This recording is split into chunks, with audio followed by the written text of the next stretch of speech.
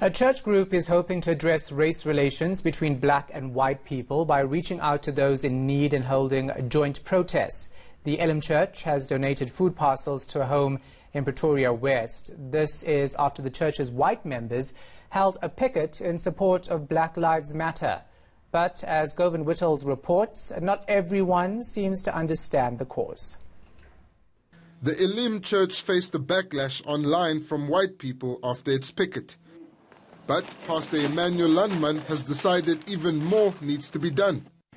Because of the Black Lives Matter stand that we took and acknowledging that Black Lives Matter, we had an overwhelming positive response from black folk that asked me that they want to get to know the white folk better.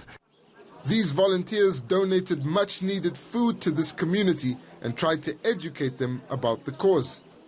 We got a lot of flack because of our stand against racism, because the challenge was that white people must stand up against white racism in their white communities.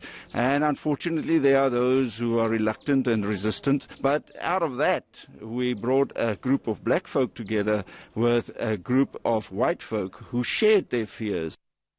Some residents say they understand why the Black Lives Matter movement is necessary, but feel excluded as white people.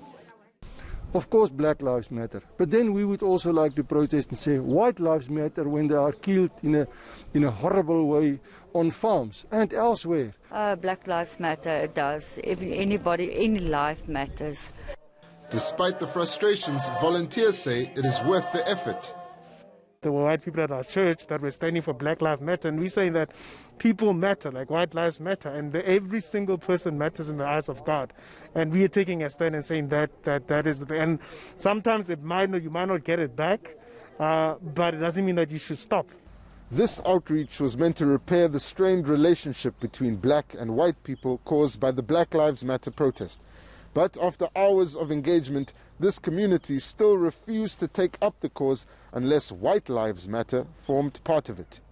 Govan Whittles, Pretoria.